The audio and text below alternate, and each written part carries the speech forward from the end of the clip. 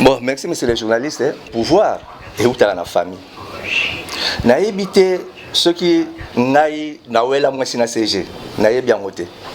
Na évité CG ceux qui n'aillent tous à la problème mais na yebi na zo PC respect ça la secrétaire général à niveau na tu n'as pas dénoncé comme exact. Nous surtout na zo lo bawana ezali parce que mais c'est lui qui m'a basé na poche na yé. Pouvoir ezali matriarcat oui, mais ça rotatif. Bisson la groupement mikono le pouvoir est matriarcat mais rotatif. Na ligne ya likimoba, ligne ngeboum. Et suis deux fois. Nous a joué pouvoir de 1956 à 1990. Na ligne ya lik. Ndola a joué de 1995 parce qu'il y avait un intermédiaire na kat de 1995 à 2015. Toujours ligne ngeboum ya lik. Mais le pouvoir est rotatif. Maintenant, nous la soga koufi. Pouvoir soga rotatif. Il faut que nous langa ma input. Parce que les alliés boum na input, na input. Input ba ko le pouvoir. Ngai na zamwana. Na sali tout d'abord intérimaire nanga. Parce que ce que jour les statuts ba chef coutumier na loi 0015 les statuts wana ba chef coutumier lobby que pouvoir ya chef ezo doit faire ce qui a koufi. Mais l'équipement ba du pouvoir chef a koufi na nouté. Dans quel soubassement ba prévezali bango ba lobby que ndo la mabela azala ki na ba trouble mental tout ça archi faux parce que ngani na zamwana ndo la mabela famille ezali koloba la télévision lobby le côté bon descendre na kata libota ndo la kufi azo signer document ndo la kufi azali na libomate mais tozala ba attestation médicale o ezolo ba ke lika ko zwana mama yima lobby que ndo la zala ba trouble mental ndo la za patati trouble méningite mais au moins la PV ya lik ndo la signé yo si omoni mutaliboma et c'est bien pour voir ça intervient mutaliboma na kati ya ba juillet après a signé na 2012 attestation médicale lobby que ndo la azana trouble mental ndo la azana trouble méningite na 2013 bo sali PV à désignation ya ligue au lobby que bo désigner ligue allez ndo la a signé le sous numéro 1 est-ce que vraiment mais c'est les journalistes ba biloko c'est jazo bezaka yaza yangwana na mukusi atika ko sa population et yende abandi coopération na ligue depuis 2012 aza chef de division ligue aza na poche na yi ti yende ligue nde aza exupateur azu pouvoir na ndenge singélité biso pouvoir ezala toke na plateau ezala wat bazwaka ngo soki chef akufi au moins chef mbala ndenge akufi nde siko esika succession ko ça famille ntaza na problème à makambu ngai na mitiate tangu papa nanga kufi au vu de tout le monde tangu la famille ya papa nanga bakanyinga na sala eterim mungimi ayebi yango te et c'est na mitiate nga moko balobaka muta s'auto proclamer ye moko nde wana za faux chef nga na s'auto proclamer te pouvoir ya batata balobi mwana zala wana batata balobi mwana zala wana secrétaire général Mungim à l'époque chef de division est-ce qu'il y a bien monté mon kilomètre bien monté ba film ezali ba tata ba pesi na pouvoir PV ya famille et salami parce que pouvoir est pesa mwana mboka et Bourkoumé ça a intériné ce qui n'a pas expliqué Bourkoumé ça a intérêt pour intérêt pourquoi alors na kokende commission eye ministre qui mikula lobi que té conflit ba chef ezo uta na biso ba l'administration conflit ba chef coutumier zokta na ba politicien na zone ici pouvoir et pas la bino ba chef coutumier asali arrêté 006 mais comment to comme ko violer ba texte arrêté 006 yango esalami pour la commission et ça misa ba chef en conflit tozala ki 10 chefs commission esali musala ba sentence ebimi surtout sur règlement d'ordre intérieur ya commission mais ba lobby que président commission ta publier ba sentence. Et il a publié. Bana va publier la sentence sur Atilelo, qui m'a écouté à Namboga. Bisous n'a pas écouté à conflit. Conflit dans le secrétaire général. Aussi à ça là déjà, le document y a liqué, à ça là.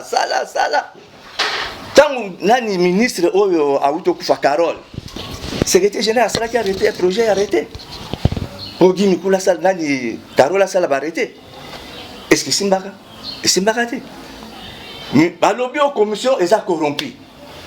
ministre Mvunza alobi bon pour la Mikondo asali commission mususo commission consultative ya politique seja PCP vespère na ye bakiti na kinkole ngana samba kate ngana samba na likite lika samba na famille na ye na munzele mampuya ngaite na commission tant to sambaki ngana sambaki na likite lika sambaki na famille na ye bango na bango nde famille ba ngai ba pesinga balobi commission etuni côté ya input munzele balobi boye pona nini bozwa kaka mutu te na kati ya libota bo pesa bango balobi te lokola to pesa mwana tango noka kufaki to pesa ki mwana to pesi kaka mwana na commission sengaki balobi to pesi kaka mwana nde ba sentence ebimi soki bango balobi ba sentence on ezali simanda donc arrêtez 006 ezala ngo lukuta ba lettre ezali to kotina ngo atala banini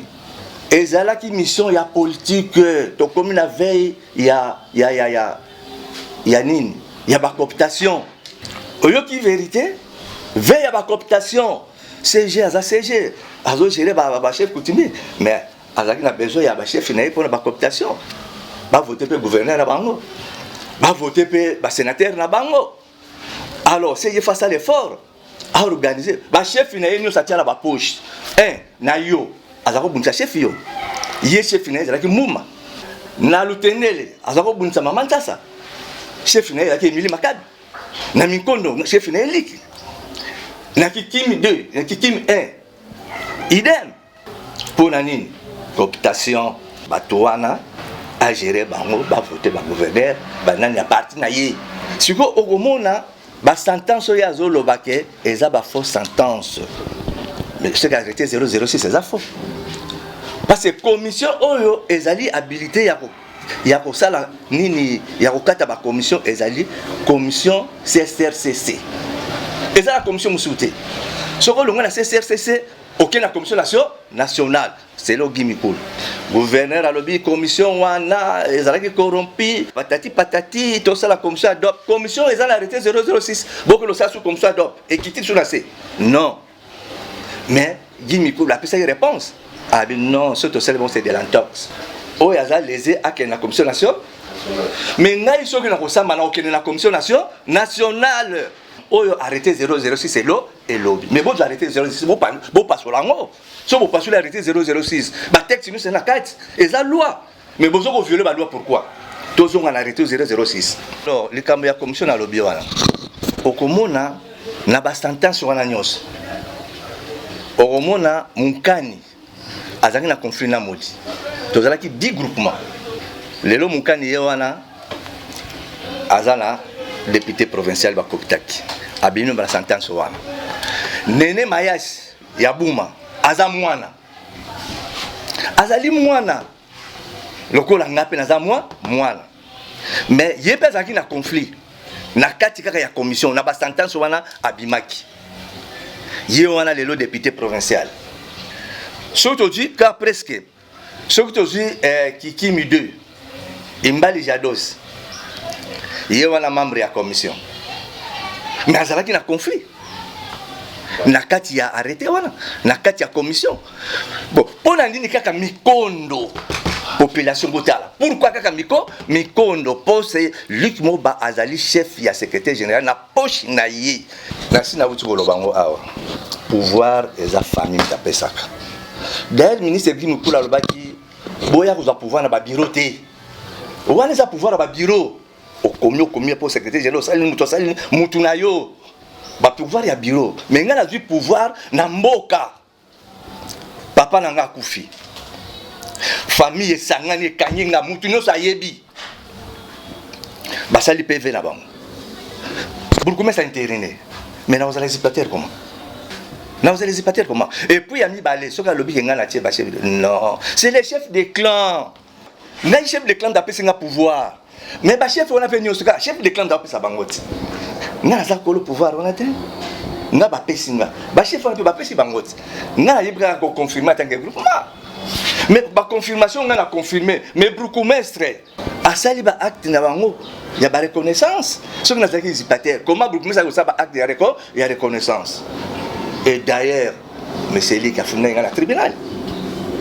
Oui, mais n'a frappé pas mon appel. Tous les langues. Parce que tout ça derrière la justice. Tout ça derrière la justice. Sur la commission pour ça, on a la commission des alliés, c'est CRCC. Nasi na samba. Na mona na ngate ke ba notifier que commission ne kwea to notifier bino. Té comme si zali. Réponse na ngé zali ga ba tu vas comprendre que CG azo bebisa makambo.